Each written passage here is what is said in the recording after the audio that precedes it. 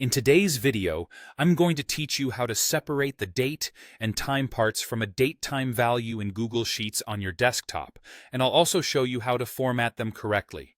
It's a handy skill, especially if you're working with data sets that include specific timestamps and you need to parse them into more manageable pieces. Let's dive right in. First, we're going to explore how you can achieve this using the int and mod functions. If you have a timestamp in cell A2, our goal is to extract the date first. This is what you'll do. Use the formula equals int A2.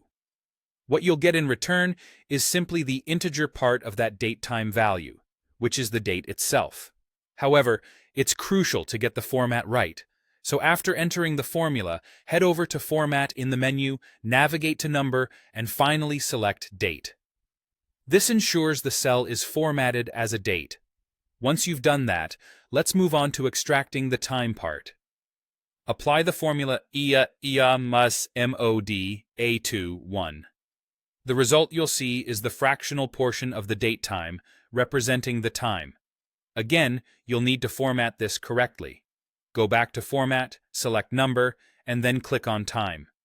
Now, it'll display as a time value, making it clear and concise. Now let's look at another method, using the text function. This approach is particularly useful if you intend to have the result displayed as text. For a date-only format, use equal text A2.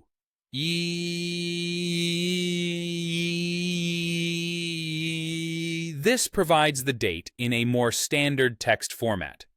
Similarly, if you're interested in the time alone, input text A2 MS in your desired cell.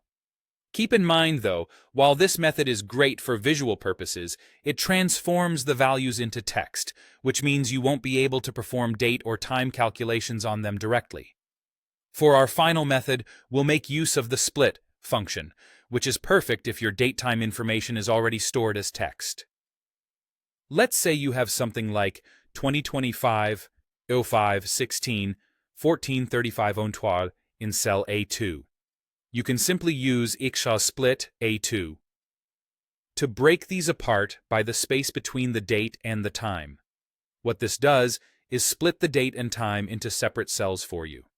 Bear in mind, however, if the value is an actual date/time value and not plain text, the split function might not function as intended. And there you have it, 3 efficient ways to manage your date-time values in Google Sheets. Whether you want them formatted as numbers for calculations or as text for display, these methods offer flexibility and clarity. I hope you find this information helpful as you work with date-time data. Thanks for watching.